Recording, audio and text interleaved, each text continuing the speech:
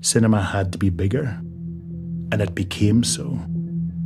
Here in Lyon, in this house, in the minds of these passionate men, Louis Lumiere and his brother Auguste.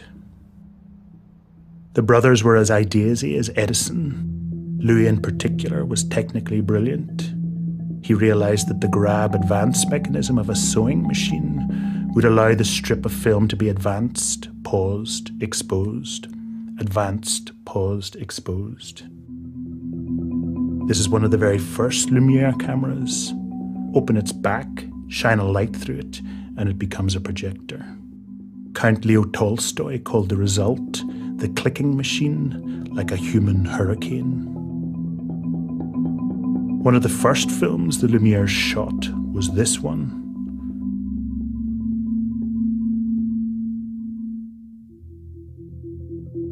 A short documentary of everyday life, their workers leaving a factory, the Lumiere factory. This is the factory today, the place of the first movie, the source of the Nile.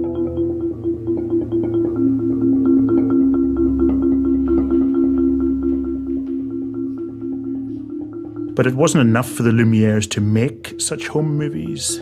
They wanted to show them, not just in a box to one person at a time like Edison, but to groups. On the 28th of December 1895, in this building on the Boulevard Capucine in Paris, the Lumiere brothers projected film.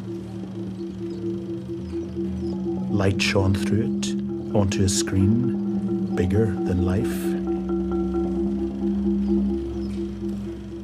It's hard for us today to picture how enchanting it was.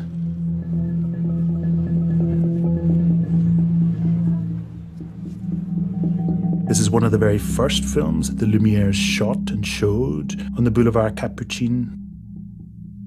It's said to have unnerved the audience. They thought the train was coming at them. This is laughable today, but look at this. Light projected on a building in 21st century Lyon. The effect is startling. Digital imagery of a type we haven't seen before. The shock of the new, just like the Lumiere train. Something that had already happened, light from a distant star, came back to life for the very first time.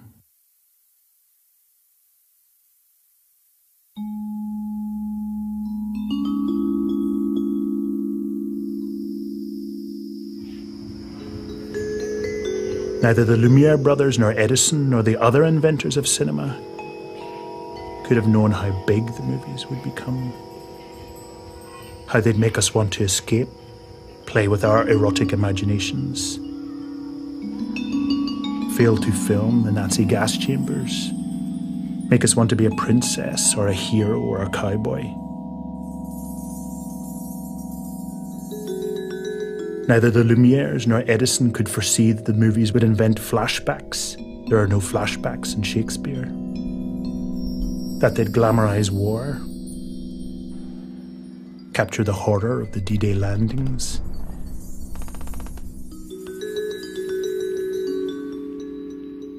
give us an image bank to flick through in our heads when we're bored or happy or sad. Movies would become the world's greatest mirror, and sometimes a hammer too, that would bash reality into shape. By the end of 1896, much of the globe knew about this new invention, movies. But almost at once it was seen as lowbrow for the working classes. Its jokes and jolts were unsophisticated and soon became boring. So from about 1898, the earliest filmmaker inventors turned their minds from the machinery of cinema to shots and cuts. Things started to get exciting.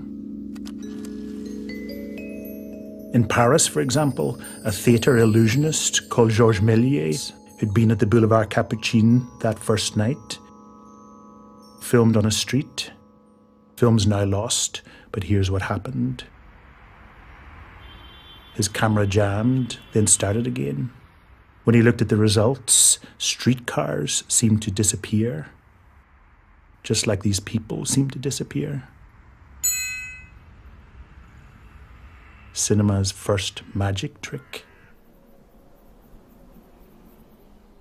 In this scene, he used the same technique to make a man appear rather than a streetcar disappear.